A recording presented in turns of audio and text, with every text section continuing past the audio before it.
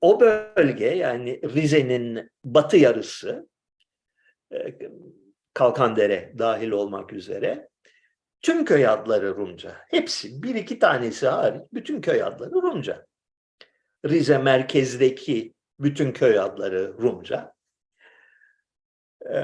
Biz Rum kökenli miyiz, Gürcü müyüz, yoksa işgalci, otantik kelimeler bilen Türkler miyiz? Çıkarım yapabilmek için bir yöntem önerir misiniz? Birkaç tane şey önereceğim.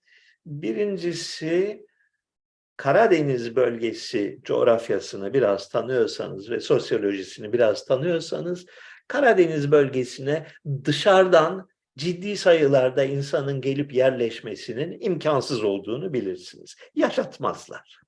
Yani çok e, kısıtlı doğal imkanlar sunan bir ekosistem, bir yaşam alanı. Buna dışarıdan gelen bir kişi, 3 kişi, 5 kişi adapte olabilir, kabul edilebilir. Bundan fazla insanın gelip oranın doğal kaynaklarını paylaşması kavga çıkartır. Ve 16. yüzyıldan bu yana en azından biliniyor bölgenin hikayesi. Yok öyle dışarıdan gelip kitlesel olarak yerleşen yabancılar. 2 tane önemli göç olmuştur Karadeniz'de. Bunun yani ayrıntıları bilinen. Birincisi 17. ve 18. yüzyıllarda Hemşin bölgesinden Doğu Karadeniz'in diğer taraflarına doğru, özellikle Sürmene'ye, Çarşamba'ya, bir iki daha yere, Karadere tarafına, yani Çayeli'nin Karadere tarafına Hemşin'de göçü olmuştur. Savaşarak gitmişlerdir, zorla yerleşmişlerdir belli yerlere. İkinci bir enteresan nüfus hareketi, bütün o bölgede, aslında bütün Anadolu'da Osmanlı döneminde madencilik işi Rumlara özgü bir işti. Özellikle Gümüşhane tarafının Rumlarının yaptığı bir baba mesleğiydi.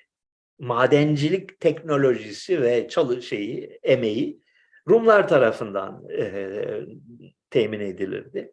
19. yüzyılda ticari ilişkilerin gelişmesiyle birlikte madencilik rentable bir hale almaya başladığında birçok yerde, özellikle Karadeniz bölgesinin dağlarında yeni madenler açıldı.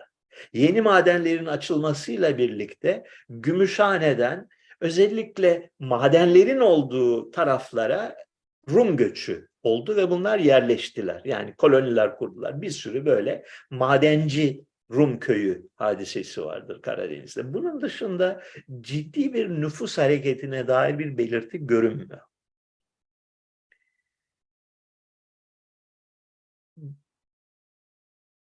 Rize'nin batı kesiminin halkı ezici çoğunlukla, tamamına yakını zannediyorum, daha önce Rum iken veya Rumlaşmış iken veya Rum kimliği taşıyan insanlarken, Rumca konuşan ve Ortodoks dinine mensup olan kişilerken 16. yüzyıldan itibaren peyderpey Müslüman olmuşlardır. Müslüman olunca da okullarda Rumca değil, Türkçe öğrenmeye başlamışlardır. Bir kuşak içinde değişir dil, eğer öyle bir irade varsa.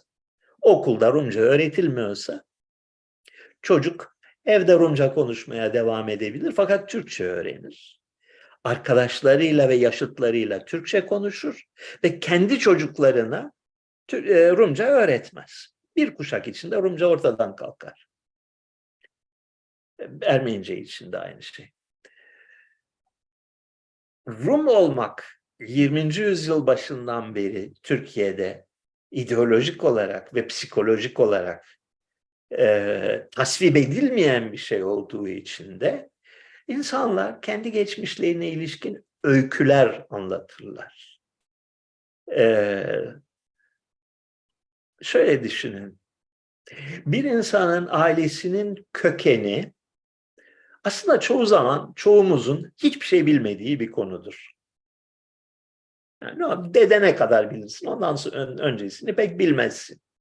Yalnız yeni bir insanla tanıştığın zaman, sen üçüncü saatin sonunda veya ikinci saatin sonunda sonra sizinkiler nereden gelmiş diye sorarlar.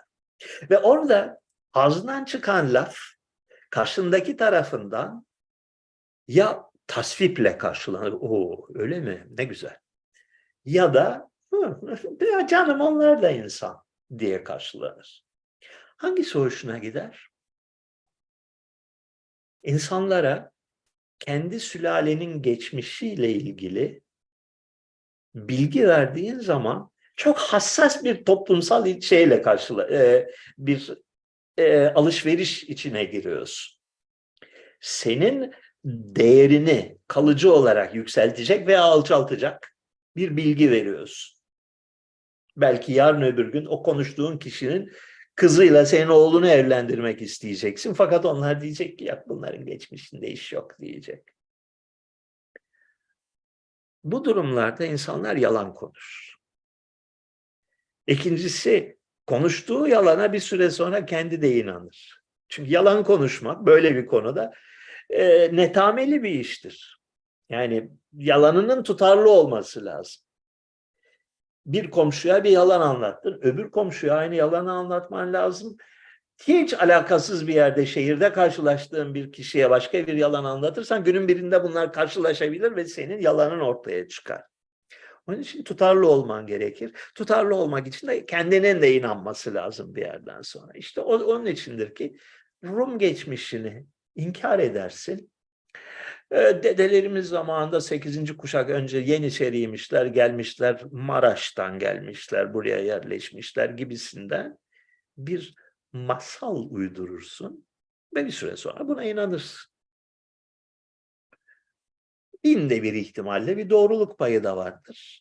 Ama 8 kuşak önceki Yeniçeri olan Atan, o 8 kuşak içinde başka kimlerle evlendi ve kaç tane kendisi gibi Yeniçeri buldu evlenecek? Yani 8 kuşak 2 üssü 8 gibi bir rakamdır. Dev bir rakamdır. Kaç ediyor? 256 mı ne ediyor? Ne? 256 tane atan var senin. Hepsi de Rize'nin bilmem ne köyüyle onun komşu köyü ve komşu kasabası arasında bir yerlerde yaşamışlar. De ki aralarından bir tanesi Türktü. Horasan'dan gelmişti. 8 kuşakta kaç tane Horasanlı buldu acaba?